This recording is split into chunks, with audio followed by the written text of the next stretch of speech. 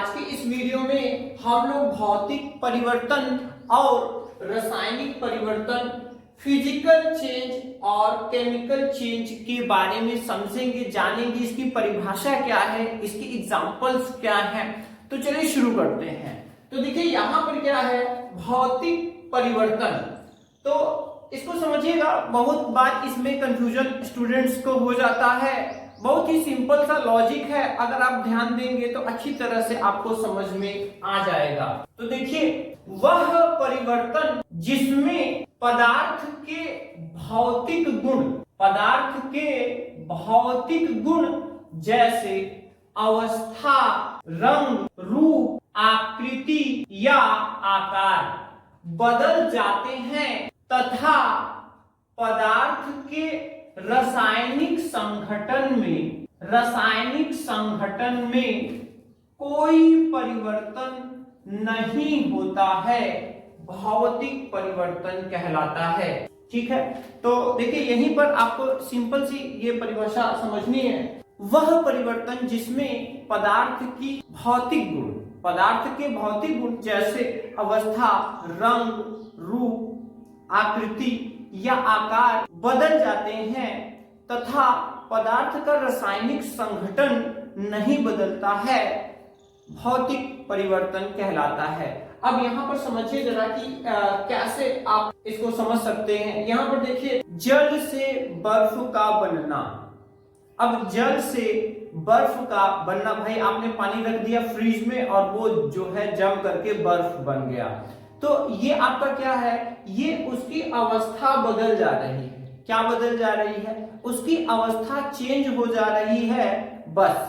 लेकिन जब वो पानी था, ठीक है, और अगर बर्फ में बन गया फिर भी वो पानी ही है, सिर्फ उसकी अवस्था बदल गई है। अगर आपसे कोई बर्फ का अगर रासायनिक सूत्र पूछे तो उसका भी H2O होगा, और जो जल है यानी जो पानी जो आपने रखा था जमने के लिए उसका भी H2O होगा।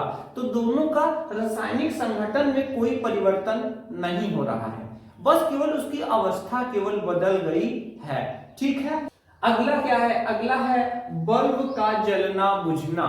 ठीक है, बल्ब का जलना बुझना। तो देखिए, बल्ब आप स्विच ऑन करते हैं, बल्ब जलने लगता है, स्विच ऑफ कर देते हैं, बल्ब क्या होता है, बुझ जाता है। ठीक है, तो वहां पर क्या है, ये किस तरीके का परिवर्तन है? भौतिक परिवर्तन है। क्या है? उसका रासायनिक गुणधर्म जैसे का तैसा, जैसा जलने से पहले उसका रासायनिक गुणधर्म है, रासायनिक संघटन है, वैसा जलने के बाद भी है। ठीक है, उसमें चेंज नहीं हो रहा है, सिर्फ भौतिक रूप से वो परिवर्तन हो जा रहा है। बल्ब जल जा रहा है और बल्ब बुझ जा रहा है। इसके अलावा अगर यहाँ पर देखिए, कागज के टुकड़े करना। अब कागज आपके कॉपी में बहुत सारे पन्ने हैं, उसको आपने फाड़ दिया, तो फाड़ने से पहले भी वो कागज ही है और फाड़ने के बाद भी वो क्या है, कागज है। उसको अगर आप 10 टुकड़ों में अगर फाड़ दे रहे हैं फिर भी वो कागज ही रहेगा।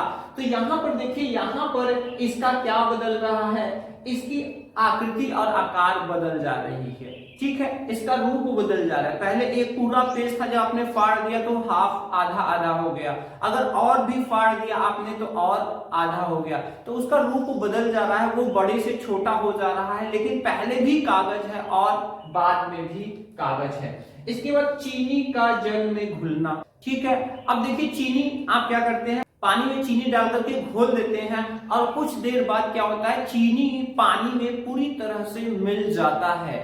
तो यहाँ पर ये भी चीनी का जल में घुलना, ये भी क्या है, भौतिक परिवर्तन है। क्या है? भौतिक परिवर्तन है। इसके बाद फल सब्जी से सलाद बनाना।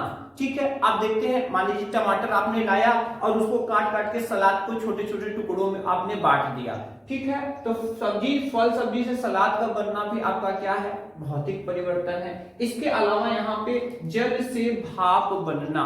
ठीक है, जल है, अब यहाँ जल से भाप बन जा रहा है, तो यहाँ भी उसका जो अवस्था है वो बदल जा रही है। ठीक है, तो कुल मिलाकर के आपको यही समझना है, वह परिवर्तन जिसमें पदार्थ के भौतिक गुण जैसे अवस्था, रंग, रूप, रूप, आकृति या आकार बदल जाते हैं और जो उसका रासायनिक संगठन है उसमें कोई परिवर्तन नहीं होता है, तो ऐसे परिवर्तन को हम भौतिक परिवर्तन कहते हैं। ठीक है, तो ये आशा करते हैं आपको समझ में आ गया है। चलिए अब थोड़ा सा मैं आपसे पूछ लेता हूं, जैसे मान लीजिए लोहे की छड़ है, क्या है, लोहे की छड़ है, अब इस छड़ को कट करके ठीक है, काट करके यहाँ पर इसको इस आकृति में खिड़की जैसा बना दिया गया, इसको ये और बड़ा है, इसको काट करके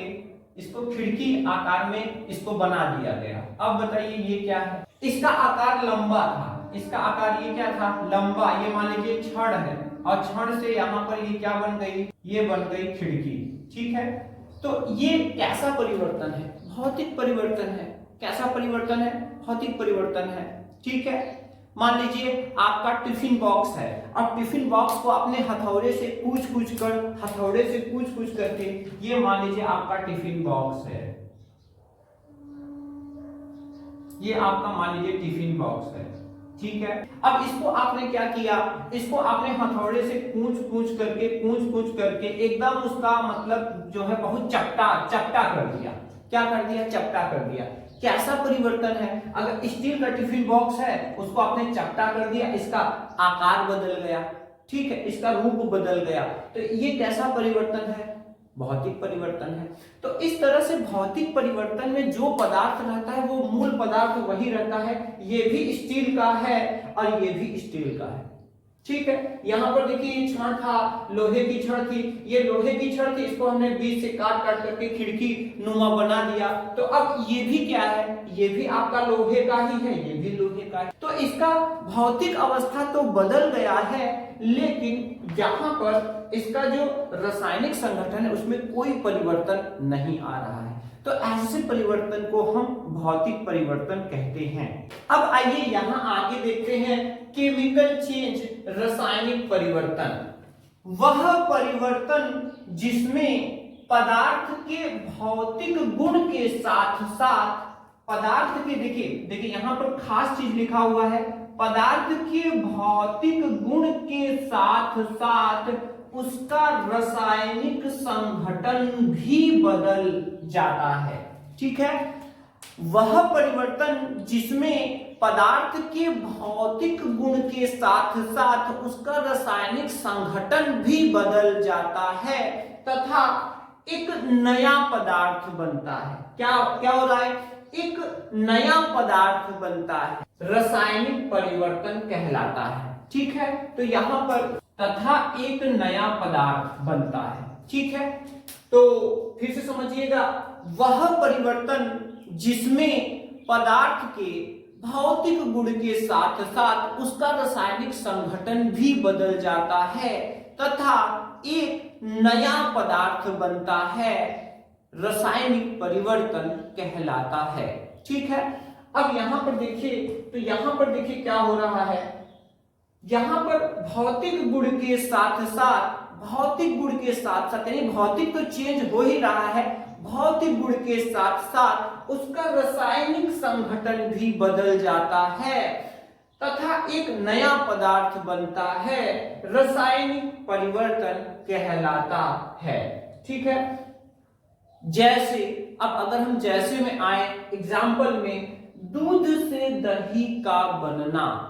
ठीक है, आप शाम को रखते हैं उसमें जो भी डाला जाता है उसको, और सुबह में वो दही में चेंज हो जाता है, पूरा जम करके दही बन जाता है और उसका स्वाद जैसे जैसे समय बीतता है और खट्टा होता चला जाता है। तो दूध से दही का बनना, ये क्या है, ये है आपका रासायनिक परिवर्तन। ठीक है, अब यहां पर लोहे में जंग का लगना, लोहे में जंग का लगना। ठीक है, तो अब लोहा आप देखते हैं, लोहे का खिड़की होता है, दरवाजा होता है, अगर आप उसको पेंट नहीं करते हैं तो वहां पर जंग लग जाता है। ठीक है, तो जंग लगना ये आपका क्या है, रासायनिक परिवर्तन है। क्यों, क्योंकि पदार्थ के भौतिक गुण के साथ साथ उसका रासायनिक गुण भी बदल जा रहा है। ठीक है, तो इस तरह से ये आपका क्या है,